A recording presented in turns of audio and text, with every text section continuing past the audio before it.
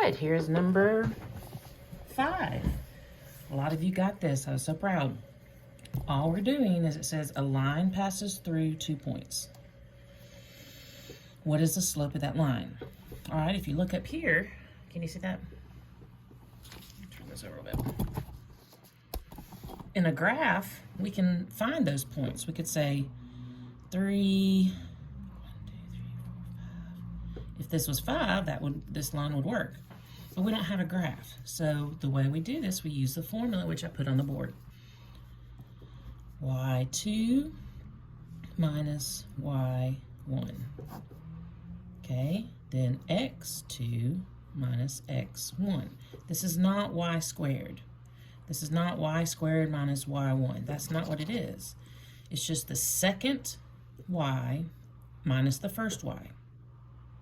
Okay, so like for here, say I'm going from 80, this is my first y, minus down to 20.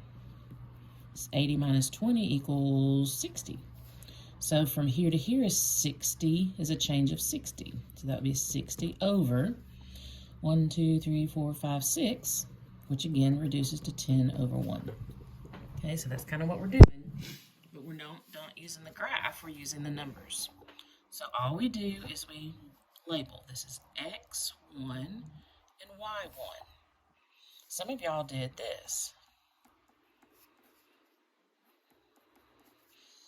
XX, YY. That never happens. Never, ever, ever. Okay, it's always X and Y, X and Y.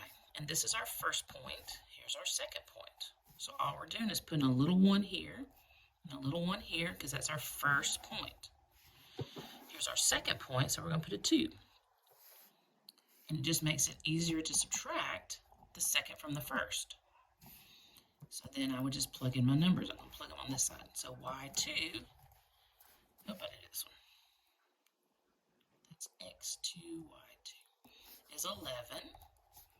Okay, and I'm going to subtract my y1, which is 5. Here I'm going to go 6. That's my x2 minus x1, which is 3. That equals 6 minus 5 is, 11 minus 5 is 6. 6 minus 6 is 3. The majority did 6 over 3, but we're not done. You've got to realize that 3 and 6 are not in the simplest form. 3 will go into 3 one time. So if I divide 3 by 3, I get a 1. If I divide 6 by 3, I get a 2. Some of y'all put, not 2, 3. Sorry, y'all put 2, but it's supposed to be, 3, no. Sorry.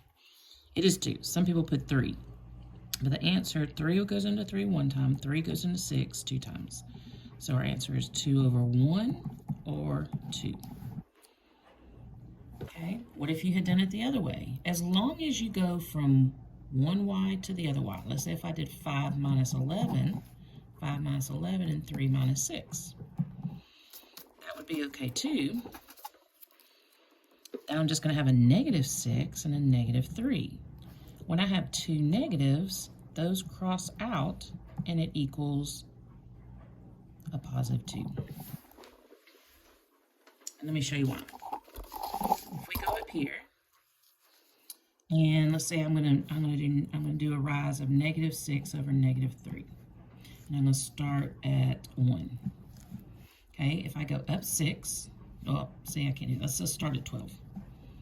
Okay, if I go down 6, 1, 2, I can't even do that. 1, 2, 3, 4, 5, 6, and then over 3, 1, 2, 3. Look at my line, it's positive. Because if I go down and then over to the left, if I do them both negative, I end up with a positive line.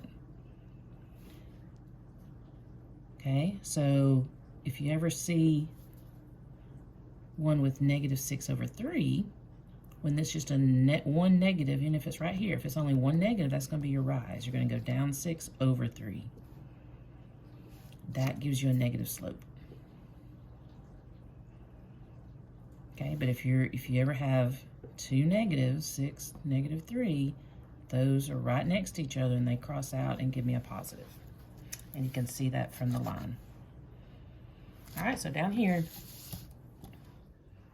all you have to do, label x1, y1, x2, y2. Put them in the formula which you'll have access to. You don't have to memorize it. But you do have to copy it down right. Some people copied it down wrong. Your y's are always on top, your x's are always on bottom.